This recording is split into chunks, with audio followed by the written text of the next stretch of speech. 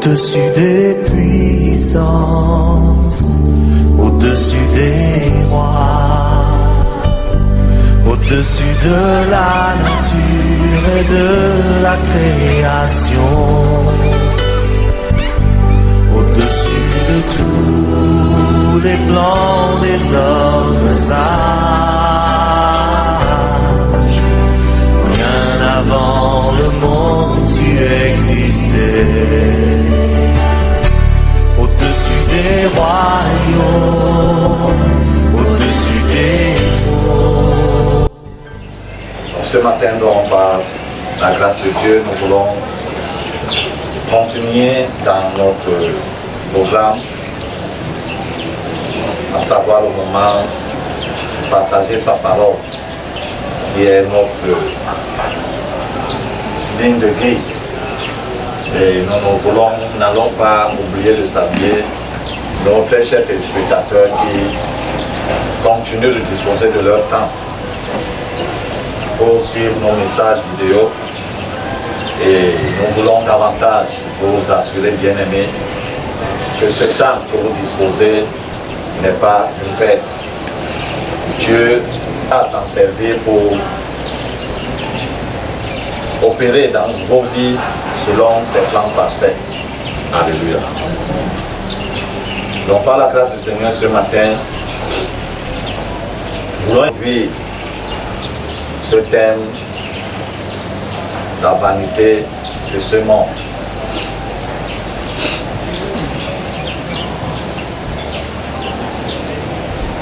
Et le Seigneur voudrait davantage attirer notre attention et aiguiser notre intelligence et compréhension par rapport à ce système qui est établi, non pas dans le but de glorifier Dieu, mais plutôt dans le but de s'opposer à lui. Alléluia. Et son adversaire qui, c'est mieux que nous les êtres humains,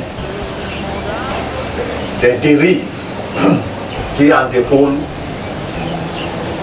à cette fin de temps multiplient les stratégies et les occasions pour davantage pervertir l'humanité. Sachant qu'aussi longtemps qu'on est perverti, on est en désaccord. Alléluia. Et lorsqu'on est en désaccord avec Dieu, on est livré entre ses mains. Et le Seigneur voudrait que nous comprenions davantage que c'est des choses, ces choses qui semblent avoir même de la valeur, sont effectivement vaines. Alléluia. Parce qu'elles sont passagères. Et nous voulons tirer l'exemple sur la vie du roi Salomon. Et nous lisons ce matin dans le livre d'Ecclésiaste, au premier chapitre, du verset 9 au verset 11.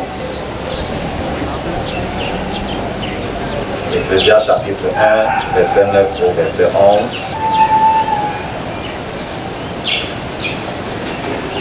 Dans ma version, il est écrit: ce qui a existé, c'est ce qui existera. Et ce qui s'est fait, qui se fera. Il n'y a rien de nouveau sous le soleil. Si l'on dit à propos de quelque chose, regarde ceci, c'est nouveau. En réalité, cela existait déjà dans les siècles précédents. On ne se souvient pas de ce qui est ancien, et ce qui arrivera par la suite ne laissera pas de souvenir chez ceux qui vivront plus tard. Nous lirons également dans le chapitre 2, du premier verset, nous descendrons jusqu'au verset 11.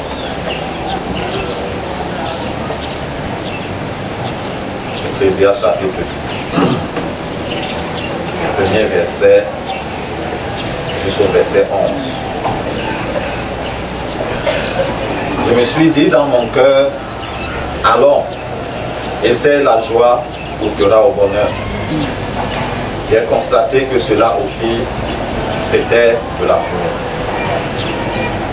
J'ai traité le rire de folie et j'ai dit à propos de la joie, quoi c'est-elle?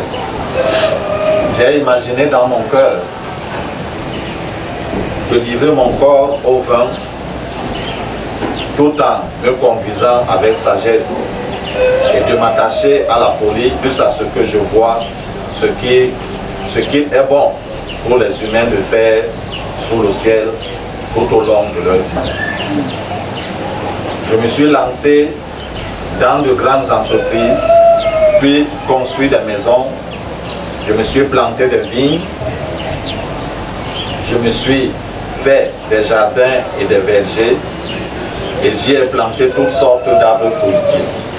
Au verset 6, je me suis fait des réservoirs pour arroser les pépinières, j'ai acheté des serviteurs et des servantes, j'en ai eu d'autres nés chez moi. J'ai aussi possédé de bœufs et de brebis plus que n'importe qui avant moi à Jérusalem. J'ai même amassé de l'argent et de l'or, des richesses des rois et des provinces. Je me suis des chanteurs et des chanteuses, et ce qui fait le plaisir des hommes, des concubines en quantité. Je suis devenu plus grand que n'importe qui avant moi à Jérusalem. Rien perdre de ma sagesse. Je n'ai rien refusé à mes yeux de tout ce qu'il réclamait. Je n'ai privé mon cœur d'aucune joie. En effet, mon cœur était tué par tout mon travail. Et c'est toute la part que j'en ai retirée. Verset 11. Puis j'ai réfléchi à tout ce que à tout ce que mes mains avaient entrepris, à la peine que j'ai eue pour le faire, et j'ai constaté que tout n'est que fumée et revient à poursuivre le vent. Il n'y a aucun avantage à retirer de ce qu'on fait sous le soleil. Amen. À la lecture de ces deux passages, nous pouvons voir, au travers de l'expérience de vie du roi Salomon, qu'en effet, ce présente ce monde est réellement vanité. Alléluia. Il nous dit que ce qui est ou ce qui existe, c'est ce qui existera. Les choses que nous voyons de nos jours ont été peut-être juste embellies d'une certaine manière, mais certainement elles existaient dans les siècles antérieurs. Alléluia.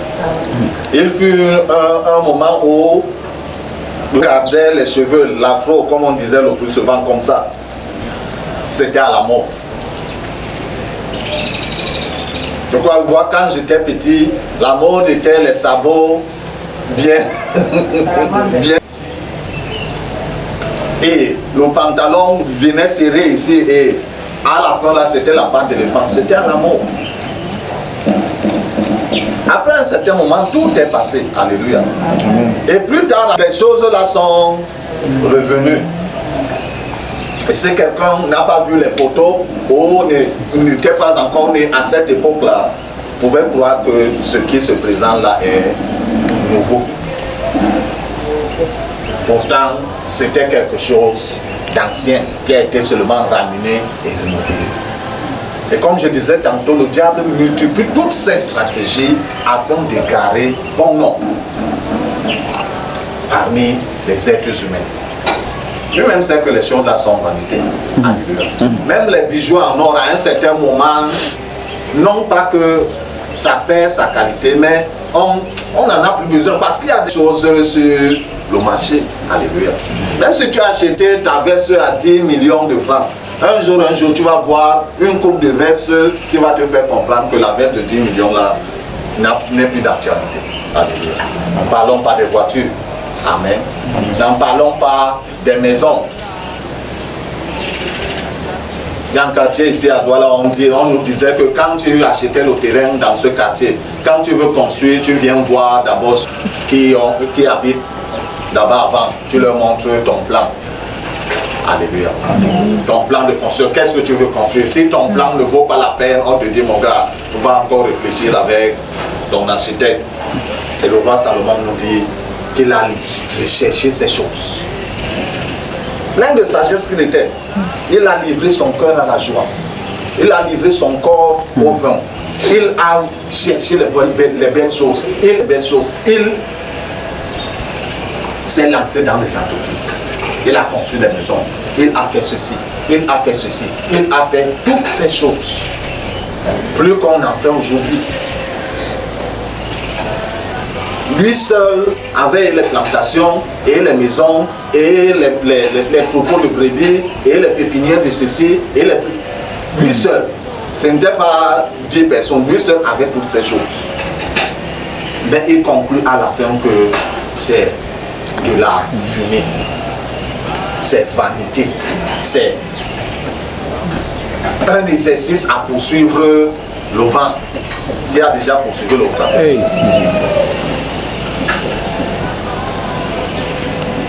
Je ne veux pas pour autant dire ici que nous ne devons pas être entrepreneurs. Alléluia. Nous devons être entrepreneurs. Nous devons faire des choses autant possible, autant que les moyens que Dieu nous donne sont disponibles. Alléluia. Nous devons faire. Mais là ne doit pas être notre priorité. La priorité doit être quoi? Rechercher le royaume de Dieu et sa justice. C'est ça la priorité. Et le Seigneur nous dit donc que toutes les autres choses nous seront données par-dessus. Parce que le Seigneur sait que aussi longtemps que nous sommes sur cette terre, nous aurons besoin de ceci et de cela et des autres choses pour être à l'aise. Alléluia. Et bien dans notre marche avec lui. Mais lorsque nous prenons la charrue, nous mettons avant les bœufs, la charrue ne va pas avancer. Amen. Même s'il faut que les bœufs poussent la charrue, les bœufs pousseront la charrue avec trop. Et c'est ce qui arrive de nos jours. Parce qu'on a mis la charrue avant les bœufs, c'est-à-dire on a pris ce qui est prioritaire, on a mis derrière. On a commencé à poursuivre les choses de la vie. Dans notre ville, on nomme une certaine rue la rue de la joie. Ça veut dire que si tu étais triste, tu passes par cette rue, tu auras la joie. Alléluia. Mais la joie là durera combien de temps? Tant que les festivités là finissent. Alléluia. Amen. Même lorsque le diable trompe quelqu'un que non, la situation là t'a trop ennuyé, viens ici. Prends même une casselle. Tu prends et tu descends. Ajoute encore. Tu ajoutes, encore tu ajoutes. À un certain moment, tu commences à monter dans les nuages comme les astronautes. Tu montes, tu montes, tu montes, tu montes. Quand tu rentres à la maison le soir, c'est comme si le plat terminé. Mais quand l'alcool a fini, tu viens retrouver encore. Tu descends de ton nuage pour retrouver ton problème. Alléluia.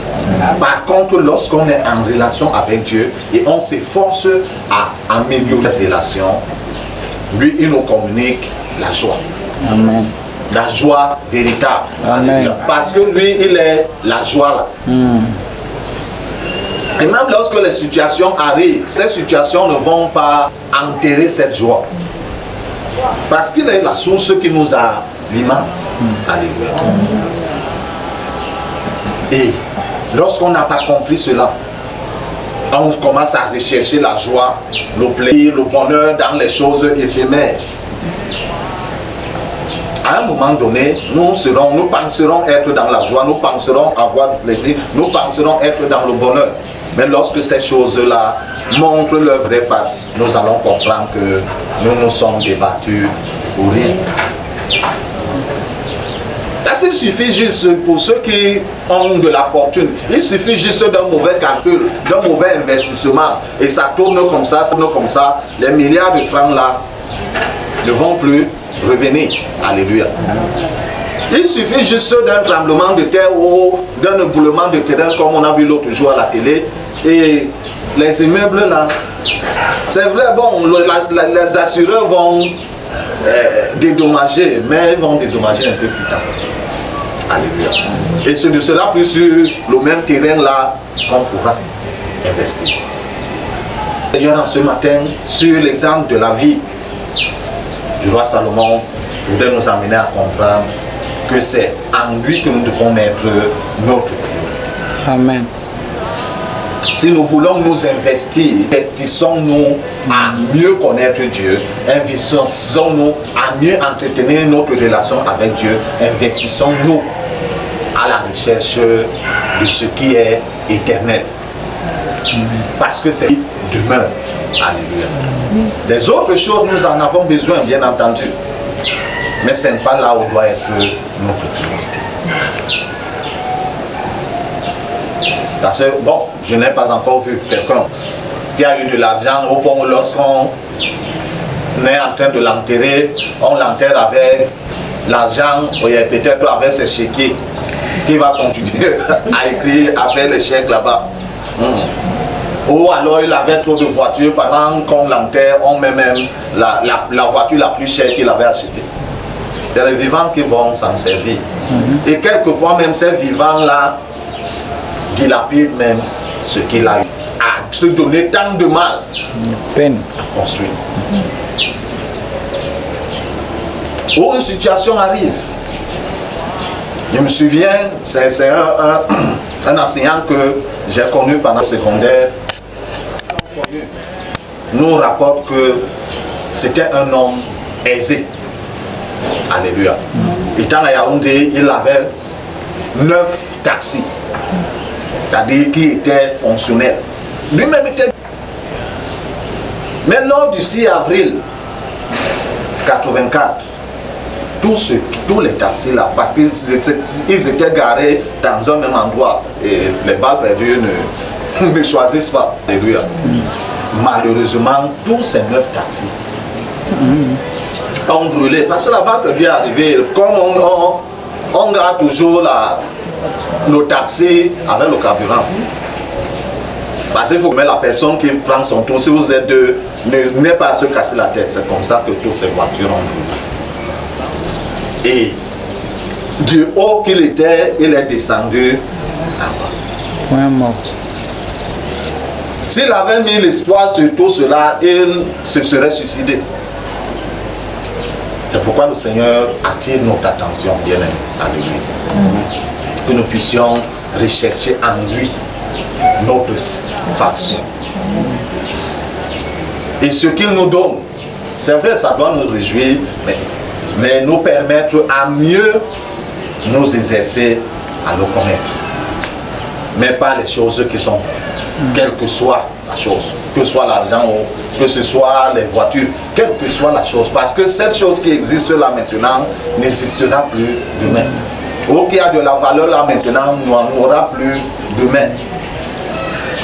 Les vêtements, les stylistes, les modélistes réputés dans le monde entier, chaque semaine, même, je ne veux même pas dire chaque mois, chaque semaine, ils conçoivent et on met sur le marché. Si tu comprends que l'habit neuf que tu viens d'acheter qui a de la valeur sur toi, si tu es une femme, passe au marché sans femme. Tu vas trouver que l'habit neuf que tu as porté là, une femme qui est en train de vendre la tomate, elle finit de mettre le plastique dessus sur l'habit neuf que tu as. Tu vas comprendre que l'habit là n'a pas de valeur. Et si tu es un homme, va voir les porteurs du marché, ça, tu vas voir que la chemise Lacoste, Lacoste là, ou la chemise là que tu pensais qu'elle a de la valeur, il porte le sac de baume avec ça. Tu vas comprendre que la chose dont tu chéris là, elle n'a pas de valeur. Alléluia. Ne parlons pas de voiture. Les coupes sortent chaque année. Chaque année, les constructeurs, ils mettent sur le marché quelle que soit la chose. Quand si nous sommes accrochés sur ces choses, lorsqu'elles arrivent à expiration, nous risquerons de passer avec ces choses. Par contre, si nous nous approchons sur Dieu, et que Dieu soit notre satisfaction, que Dieu soit la base de notre joie, de notre bonheur, Dieu est éternel, alléluia. Il ne passera pas. Ça veut dire que nous aurons un bonheur éternel, joie éternelle. Amen. Que le Seigneur bénisse sa sainte parole dans nos cœurs ce matin. Surtout et surtout, puissions la garder précieusement et la mettre en pratique. Amen.